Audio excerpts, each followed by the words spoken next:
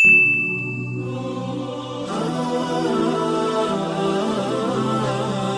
bertanya, saya kan tinggal di masjid, jadi Ustaz sering saya dapati jam orang sholat di tempat saya tertinggal. Kadang bukan jam yang mendapat jamaah. Jadi jamaah tersebut memberikannya kepada saya karena saya tinggal di situ. Bagaimana itu Pak Ustaz? Buat pengumuman kehilangan, pernah saya buat nggak ada respon. Sekarang di kamar saya ada 2 jam orang tertinggal. Misalnya saya mau pakai, gimana hukumnya Pak Ustaz? Ini namanya luqatah. Luqatah, barang temuan itu menjadi milik engkau wahai adinda kalau sudah setahun tak ada pemiliknya. Setahun tak ada pemiliknya, catat tanggalnya, setahun tak ada pemiliknya, maka punya engkau. Berdoalah, pokoknya selama setahun itu berdoa supaya tak datang pemilik. Kalau dalam setahun itu ada pemiliknya, apa boleh buat, belum rezeki. Mudah-mudahan ada yang kehilangan lagi. Kenapa sebagian orang tak mau baca Sayyidina dalam salawat Nabi? Apa alasannya? Alasannya karena katanya menambah-nambah. Allahumma salli ala Sayyidina. Yang tambah-tambah. Nabi tak pernah menyebut. Nabi sendiri menyebut. Ana Sayyidu waladi Adam. Hadis sahih. Ana Sayyidu waladi Adam. Aku pemimpin anak cucu Adam. Maka saya pun menyebut Allahumma salli ala Sayyidina Muhammad. Allahumma salli wa sallim alaih. Tapi saya tak ekstrim. Yang mau pakai Sayyidina silakan. Yang tak mau pakai Sayyidina tak apa-apa. Tapi saya pakai Sayyidina jangan salahkan. Dalam solat tak membaca bismillah dalam baca al-fatihah, apa solatnya sah? Tentang baca basmalah dalam fatihah hukumnya 3. Mazhab Syafi'i pakai bismillah jahar. Bismillahirrahmanirrahim. Syafi'i. Kalau Hanafi sama Hambali,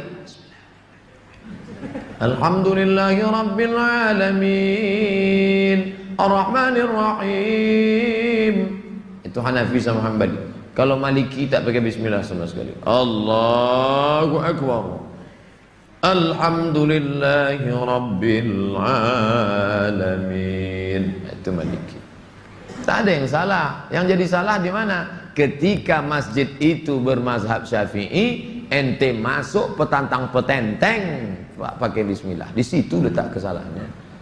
Makanya ketika Syekh Abdurrahman Sudes, Imam Masjidil Haram ke Istiqlal, dia pakai bismillah. Terkejut-kejut orang Jakarta. Pakai bismillah dia. Dia tahu Dr.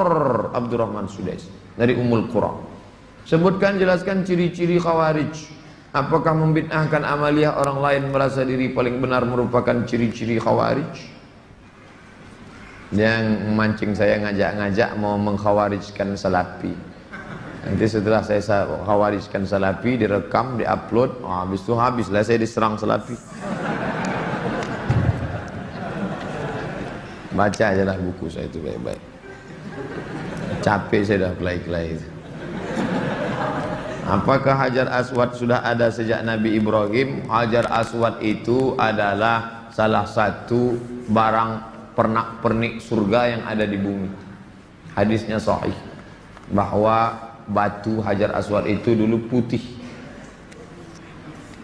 lalu karena banyak dipegang orang berdosa maka berubah menjadi hitam. Itu bukan pendapat ulama, hadisnya sahih tentang Hajar Aswad. Dibawa Nabi Adam rindu dengan surga, maka diturunkan Allah. Jadi bukan Adam. Ada pula saya dengar orang ceramah, waktu Nabi Adam mau turun ke surga, dia ada mau bawa, diambilnya batu, dikepitnya di ketiaknya. Bukan begitu. Adam sudah turun, lalu rindu ke surga, dibawa Jibril. Kata Jibril, ini oleh-oleh dari surga. Itulah Hajar Aswad. Aslinya putih, tapi karena dipegang oleh orang-orang berdosa, menempel dosanya itu di batu itu menjadi hitam. Bukan yang bulat itu Hajar Aswad. Ada butir-butir kecil-kecil hitam-hitam dia. Tengok dari dekat. Itulah Hajar Aswad. Ditempelkan ke dalam batu. Baru dibalut dengan cangkang yang terbuat dari besi. Nah, itu yang dicium. Batu kecil-kecil dalam.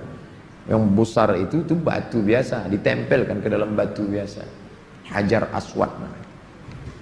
Kalau istri tadi putih kemerahan, panggil dia Humaira. Kalau hitam ya Hajar Aswad. Jangan marah. Umur saya 24 tahun. Sekarang saya sudah kerja di perusahaan A. Saya baru diterima di perusahaan B yang merupakan pekerjaan impian saya. Tapi jika saya mengambil pekerjaan di perusahaan B, saya tak boleh menikah selama setahun. Sedangkan calon saya tak mau menunggu karena orang tuanya sudah tak bisa menunggu. Menurut Ustadz gimana itu? Karena di satu sisi saya ingin bekerja di perusahaan B karena gajinya lebih besar dan itu pekerjaan impian saya. Tapi penempatannya di luar kota. Jika jadi menikah kami bakal LDR. Tolong Pak Ustadz, ini tak ada masalah fikih, ini masalah perasaan. Saya hanya bisa menjawab masalah-masalah fikih. Adapun masalah perasaan,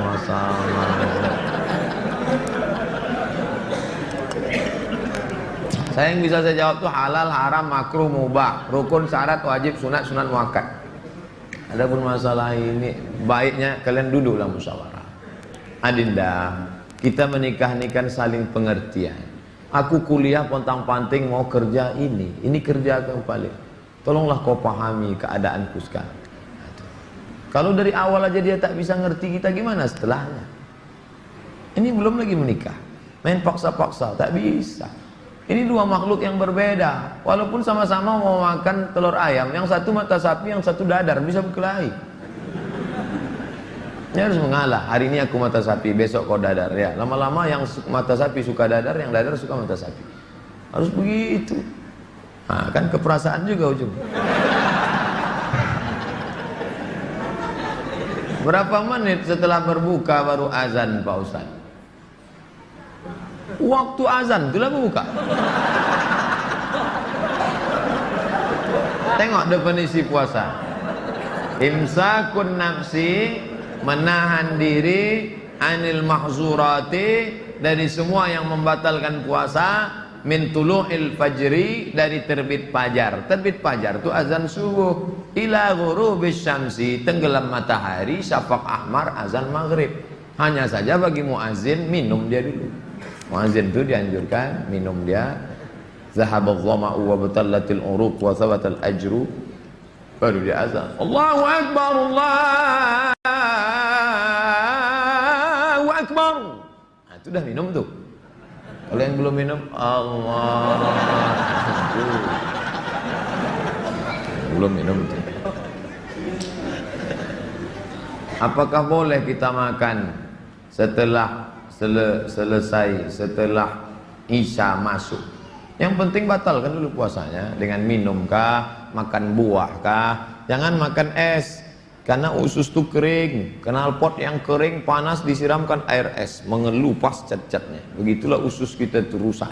Maka yang paling bagus orang Mesir, korma kering, bukan korma yang basah, korma kering, pecah-pecah, buang bijinya, masukkan ke dalam, siram pakai air panas. Agak-agak 2 jam menjelang berbuka. Nanti menyatu dia, diminum. Itu yang paling bagus. Minum kesukaan Nabi, air korma. Minum air korma. Bagus, manis dia, maka usus kita awet. Apakah batal puasa mencicipi gulai untuk merasakan garamnya? Mazhab Hambali mengatakan tak batal, karena dia tak masuk ke rongga, tak masuk ke dalam, hanya di ujung lidah. Di ujung lidah ini ada perasa. Jadi teteskan, maka tak batal, karena tak masuk. Habis dirasanya gini, habis itu di ludahnya boleh. Tak masuk ke sini, tak masuk. Mazhab Hambali. Tapi saya tak mengamalkan. Saya tidak mengamalkan. Ini saya jawab, mana tahu nanti ada ustadz. Saya bilang tak boleh. Tiba-tiba ada ustadz mengatakan, oh tak tahu Ustadz Somad. Saya tahu, tapi saya tak amalkan. Kenapa? Membuka pintu celah. Saya tak menyalahkan Imam Hambali. Orang sekarang imannya tak macam Hambali. Asik mencicip aja dari pagi. Cicip, sikit-sikit. Ustadz, gimana cara menghafal Quran? Kami dulu aturan di Al-Azhar tidak pakai SKS, kuliah tak SKS, setahun dipaket 14 mata kuliah, 2 juz Al-Quran, tidak pakai SKS, tahun 1, tahun 2, tahun 3, tahun 4, 14, 2 juz. Jadi cara kami sebelum subuh dihafal dulu, 1 halaman, sebelum subuh hafal 1 halaman. Nanti ke masjid, qabliyah subuh baru diulang waktu baca tahiyatul masjid, itu dibaca. Maka lama sholatnya karena mengulang. Setengah, satu rakaat setengah diulang. Tahiyatul masjid, qabliyah subuh, duha, qabliyah zuhur, ba'diyah zuhur, dalam sholat zuhur, qabliyah asar. Nanti asar distorkan ke syekh. Biasanya di tiang-tiang syekh nunggu ngapal. Tapi yang mau menghafal ngantri panjang, nyetorkan hafalan. Tradisi itu tak ada di Pekanbaru. Kalau di Mesir menyetorkan hafalan ngantri menjelang asar sampai maghrib, menyetorkan hafalan setengah juz. 1 hari 2 hari, jadi 20 hari hafal 1 juz. 20 hari. Nah, baru waktu yang lain dipakai untuk menghafal. Ujian tak boleh bawa buku, masuk ke dalam hanya pena saja, bawa kertas tak boleh. Kalau ketahuan mencontek, ditangkap, bisa dicabut, deportasi. Jadi kalau sudah deportasi, putus beasiswa, pulang tak dapat tiket, diusir dari asrama, malu. Karena dulu sebelum berangkat udah kenduri motong kambing. Jadi tekanannya tinggi. Jadi ketika saya pulang, saya terapkan sistem itu, tak boleh nyontek. Semuanya menyontek. Akhirnya saya berpikir, gimana supaya saya buat 10 soal. Buat 10 soal, bagi. Boleh nyontek Pak? Silakan. Oh, kok lain soalnya? Baru tahu dia. Saya masih muda Ustadz, ya, kelihatan dari tulisannya. Saya menyukai seorang akhwat. Alhamdulillah. Sempat antum suka ikhwan? Masuk antum yang 144 di. Apa yang harus saya lakukan Pak Ustaz? Kalau untuk meminang sekarang saya tak bisa karena masa kuliah. Saya nggak mau pacaran, tapi saya takut nanti akhwat yang saya suka ini diambil orang. Apa yang harus saya lakukan Pak Ustaz? Antum datang ke orang tuanya, Pak, saya mau minang anak bapak. Kapan kau nikah? Ya setelah selesai kuliah lah. Semester berapa sekarang? Baru daftar Pak.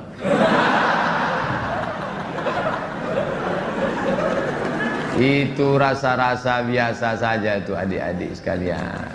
Nanti setelah sekalian kuliah, banyak yang lebih cantik, lebih mantap dari itu. Anggap ingin lalu aja. Tak ada. Nanti setelah kalian selesai, banyak yang lebih hebat lagi daripada itu. Maka tundukkan pandangan. Yang gadis-gadis bagus pakai cadar supaya tak nampak laki-laki wajah. Ustadz di mana di Pekanbaru ini tempat belajar tahsin ngaji? Ustadz Hardi LC. Datang ke Tafakuh, banyak kajian, jamnya ada. Datang ke kantor Tafakuh, depan gedung guru. Dari sini sebelum Purna MTQ, gedung guru sebelah kanan ada perkantoran Sudirman. Di depannya ada karaoke Rosa. Tapi jangan antum masuk ke situ. Kanan karaoke, yang kirinya Tafakuh. Dr. Mustafa Omar. Tanya, ada Ustadz Hardi? Nah, daftar tahsin dengan Ustadz Hardi. Ustaz, Nabi Muhammad tak pernah cukup puasa sebulan pada bulan Sya'ban. Bagaimana kalau puasa bulan Rajab? Tak pernah, tidak pernah cukup puasa. Pernah Nabi. Bulan Sya'ban pernah Nabi sebulan. Karena Rasulullah SAW yasumu Sya'ban kullahu. Kata ulama mana kullahu, pernah dia sebulan. Tapi tidak tiap tahun. Pernah, tapi tidak tiap tahun. Bagaimana dengan Rajab? Rajab bagus. Mana dalil puasa Rajab? Wa minal hurumi fasum, berpuasalah engkau di bulan-bulan haram. Bulan haram itu Zulqa'dah, Zulhijjah, Muharram, Rajab. Dalilnya umum. Ustadz, gimana biar istiqomah sholat di masjid? Begitu sedengar azan langsung bangkit. Karena waktu azan berkumandang setan lari tunggang langgang. Wa alaiha duratun, sampai terkentut-kentut. Begitu terdengar azan, Allahu Akbar, Allahu Akbar, bangkit langsung berangkat. Jangan antum santai nanti aja lah menunggu iqamat. Oh enggak, langsung berangkat, langsung ke masjid. Intizarus shalah ba'da shalah, menunggu sholat. Paksa-paksakan sampai dia mendarah daging sehingga kalau tak sholat meleleh air mata antum. Itu baru terasa manisnya sholat jamaah. Apa saja penyebab rezeki dihambat Ustaz? Kami sudah kerja potong panting tapi hasilnya selalu kurang, malah hutang tambah banyak. Banyak berdoa kata Nabi pada orang yang dililit utang, Allahumma inni a'udzubika minal hammi wal hazan. wal ajzi wal kasal wal jubni wal bukhul wa dhala'id daini wa ghalabatir rijal. Berusaha. Kalau engkau belum diberi Allah husnuzan pada Allah, tak sulit bagi Allah menyehatkan Ayub, tak sulit bagi Allah menyelamatkan Yusuf, tak sulit bagi Allah membuat Ibrahim punya anak Ishak, tak sulit bagi Allah menolong Muhammad sallallahu alaihi wasallam. Dia hanya ingin menengok engkau terus berusaha dan berdoa. Bagaimana hukumnya dalam perjalanan menuju kajian Ustadz? Kami melaksanakan sholat maghrib di jalan. Setelah selesai sholat kami tak berzikir dan langsung melanjutkan perjalanan. Bagaimana itu Pak Ustadz? Sambil naik kendaraan itu kalian berzikir. Subhanallah, subhanallah, subhanallah, subhanallah, subhanallah, subhanallah, subhanallah. Alhamdulillah, alhamdulillah, alhamdulillah. Tet, subhanallah.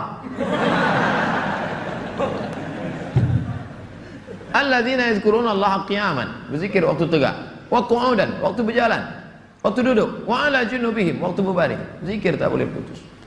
Kena mau cepat, takut terlambat. Assalamualaikum warahmatullahi wabarakatuh. Tetap ba'diyah rawatib. Habis itu berzikir. Tak ada halangan. Ustaz, bila kita mempunyai masa lalu yang suram, apakah harus diungkapkan atau tidak pada calon suami istri? Dosa apabila tidak diungkapkan, tidak dikasih tahu. Ada keterus terangan yang membuat hati orang luka. Tapi ada suatu yang antum sembunyikan bisa berefek hukum. Inishtarata saiban, inishtarata bikran. Kata Imam Ibn Taymiyah dalam kitab Majmu' Fatawa, dikutip oleh Imam Sayyid Sabiq dalam Fikih Sunnah. Yang punya teks Ibn Taymiyah, nama kitabnya Majmu' Fatawa. Dikutip oleh Sayyid Sabiq, dibuatnya dalam kitab Fikih Sunnah. Inishtarata bikran fapanat saiban falahul fashu. Kalau seorang suami mensyaratkan istrinya mesti perawan, ternyata tidak perawan, maka dia punya hak fasah membatalkan pernikahan. Jadi kalau sekedar antum dulu pernah nonton karaoke, tak perlu antum ceritakan. Ditanyanya, kau solihah? Insya Allah bang. Masa lalumu, siapa yang tak pernah punya masa lalu? Emangnya kau suci? Tapi kalau sudah masalah implikasi hukum, antum mesti terus terang. Karena kalau antum bohong, maka dia punya hak fasah. Nah, ini hati-hati. Adalah itu cerita, tapi bahaya juga. Ini kalau cerita dia tak jadi, tak mau. Bukakannya ke yang lain, alamat. Pokoknya gawat lah itu dah. Bila wanita menolak menikah karena alasan menuntut ilmu yang disuruh orang tuanya, bagaimana menurut Pak Ustadz? Kenapa dia tak mau menikah? Ayahnya maksa dia harus selesai S3 baru nikah. S2 23, S3 tambah lagi, S2 25, S3 3 tahun 28. Kau setelah doktor baru boleh menikah. Begitu kata bapaknya. Hadapi bapaknya. Keras bapaknya nih Pak Ustadz. Bapaknya orang apa? Orang Kabupaten Kampar. Ajak Ustadz Mustafa Umar. Bapaknya orang apa? Orang Jawa. Ajak Ustadz Jamhur. Jumpa sama Ustadz Jamhur. Assalamualaikum, waalaikumsalam. Pripun kabari apik? Oh, katanya bapak tak mau ngasih anak bapak nikah sama dia. Saya bukan tak mau, itu saya ngasih alasan aja biar tak jadi sama dia. Tapi ini orangnya baik Pak, baik orangnya, sopan. Oh, jadi ada pintu celah masuk ke dia. Bapaknya itu kan manusia, bukan robot. Ada hatinya. Kau sentuh tepat di hatinya, dia akan jadi milikmu untuk selamanya. Sebelumnya mau ucapkan selamat milad ke-40. Bolehkah itu mengucapkan selamat ulang tahun? Saya tak merasa 40. Saya lahir tahun 1397 Hijrah. Jadi umur saya sekarang sudah 42 tahun. Saya pakai Hijriah. Maksud pertanyaannya, bolehkah mengucapkan selamat ulang tahun? Pernah tak Nabi mengulang hari ulang tahunnya? Ya Rasulullah, kenapa engkau puasa hari Senin? Zaka yauma wulidtu, hari Senin aku lahir. Ada dia menyebut hari kelahirannya, tapi diisinya dengan ibadah. Kalau mengingat hari lahir dengan sedekah anak yatim, pergi ke jumpa Pak Yazid, sedekah. Pak Yazid, Berapa anak yatim di sini? Ada 200. Tolong keluarkan. Semuanya, 5 orang aja, Pak. Iko ada nasi bungkui kok. Makan bersama. Dek, makan ya. Adik kenapa tinggal di sini? Ayah saya meninggal, adik. Syukur atas nikmat. Tak salah. Tapi kalau dikumpul kawan-kawan, hari ulang tahun, dipecahkan telur ayam, telur itik, telur bebek, dikasih pula ini, diikatkan di tiang listrik, disiram kopi, rupanya ada kabel telanjang, kontak mati. Buat dosa aja. Saya punya teman, suka sekali berjudi. Sudah berkali-kali saya nasihati, tak juga mau berhenti. Saya suruh teman lain juga tak mau. Bagaimana cara menyadarkannya Pak Ustaz? Panggil polisi. Angkat. Banyak jamaah kita polisi. Nanti saya kasih nomor. Jamaah kita banyak polisi. Saya kasih nomor. Di mana dia selalu main? Tangkap.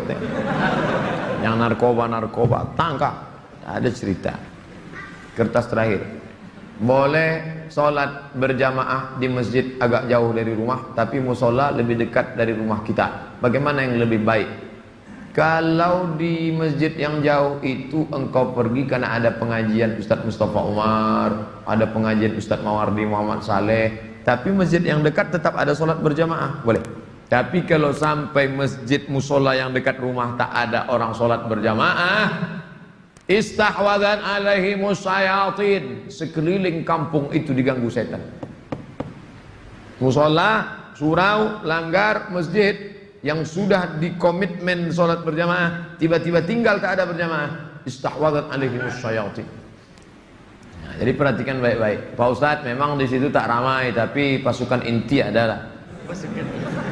Oke, tak masalah. Antum pergi ke masjid sana karena ada pengajian di situ.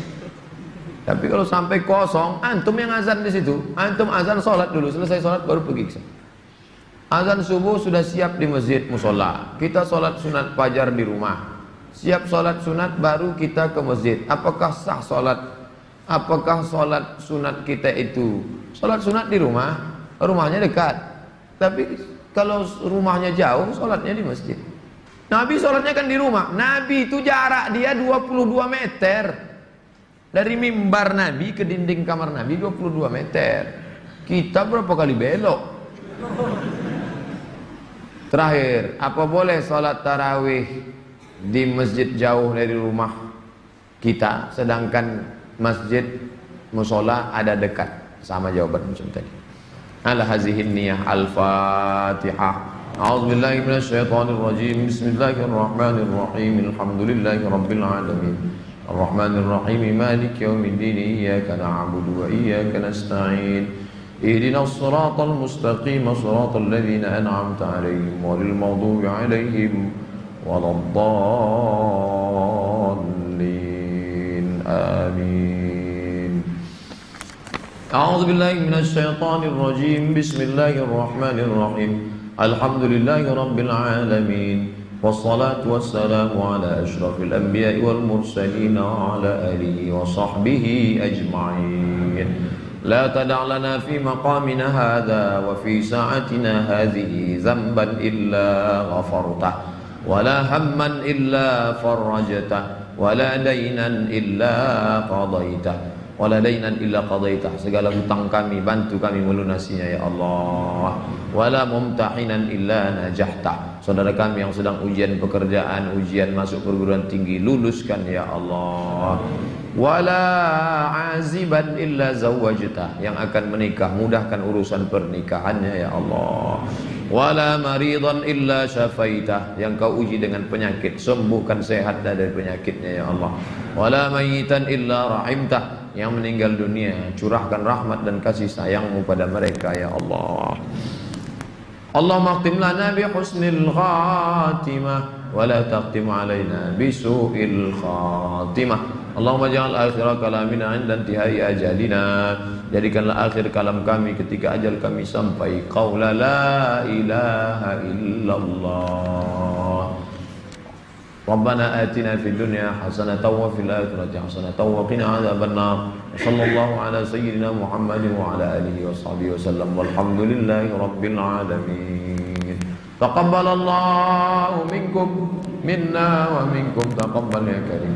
Saya ucapkan selamat menunaikan ibadah Ramadan 1438. Mohon maaf zahir dan batin. Taqabbalallahu minkum taqabbal ya karim. Marhaban ya Ramadan. Wassalamualaikum warahmatullahi wabarakatuh.